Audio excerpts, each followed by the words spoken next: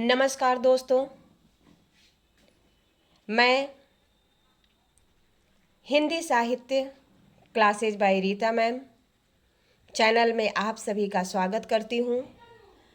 और आज मैं आप लोगों के आग्रह पर व्याख्या लेके आई हूँ उत्साह चैप्टर, जिसके रचनाकार हैं सूर्यकांत त्रिपाठी निराला। जैसा कि हम देखते हैं इस चैप्टर में यह शीर्षक दिया है उत्साह।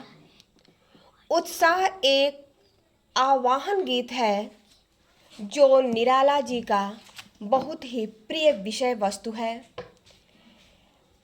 निराला जी बादल के माध्यम से जो पीड़ित प्यासे लोग हैं उन लोगों के आकांक्षा को पूरा करने के लिए बादल से बरसने का आह्वान कर रहे हैं।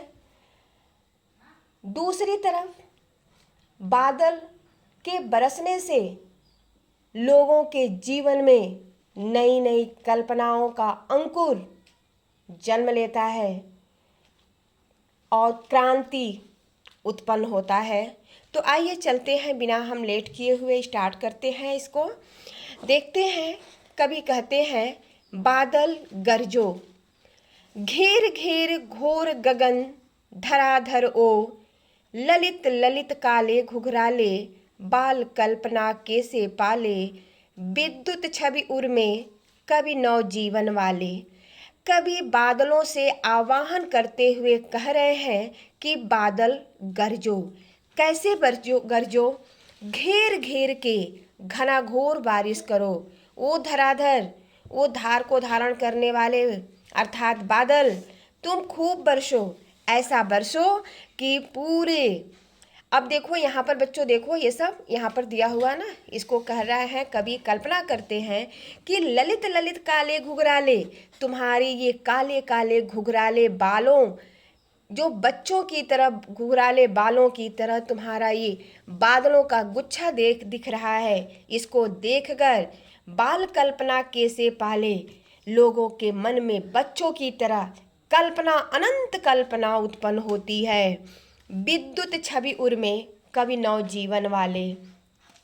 विद्युत छवि उर्मे, विद्युत मतलब होता है बिजली, छवि उर्मे, उर मतलब होता है हृदय, अर्थात बादल के हृदय में जो बिजली छिपी हुई है। कवि कहता है कि वह बिजली, वह हृदय में, यानी कि लोगों के हृदय में जब बादल बरसता है तो कल्पनाओं के नए नए अंकुर फूटते हैं और विध्वंस, विप्लव और क्रांति की संभावना उत्पन्न होती है। और वहाँ से कवि कहता है कि कवि के लिए नव जीवन शुरू होता है।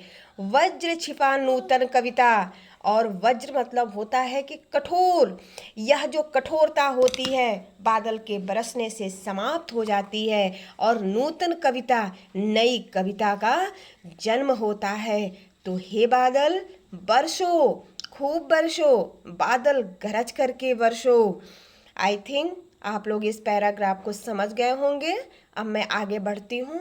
कहते हैं बिकल बिकल उन मन थे उन मन, विश्व के निदाग। निदाग का मतलब होता है बेटा गर्मी, सकल मतलब सभी, जन मतलब लोग, आए मतलब आते हैं, अज्ञात मतलब कोई ज्ञात नहीं होता है दिशा से, अनंत जिसका कोई अंत न हो, घन मतलब बादल, तप्त मतलब तपती हुई, धरा मतलब धरती। कवि कहते हैं कि बिकल बिकल उन मन थे उन मन, पूरे विश्व के लोग गर्मी से, सकल मतलब सभी, जन मतलब लोग, उन्मन हैं, बेचैन हैं, व्याकुल हैं, अर्थात गर्मी से लोग परेशान हैं।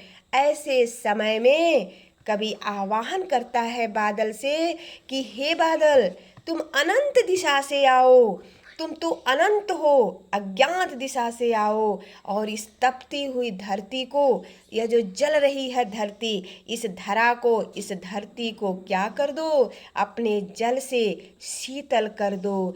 बादल गरजो, कवि निराला जी इस कविता में कल्पना, ललित कल्पना और क्रांति दोनों लेकर के बात कर रहे हैं। यह सामाजिक क्रांति और बदलाव के लिए इस कविता का वह आह्वान करते हैं, बादलों का आह्वान करते हैं।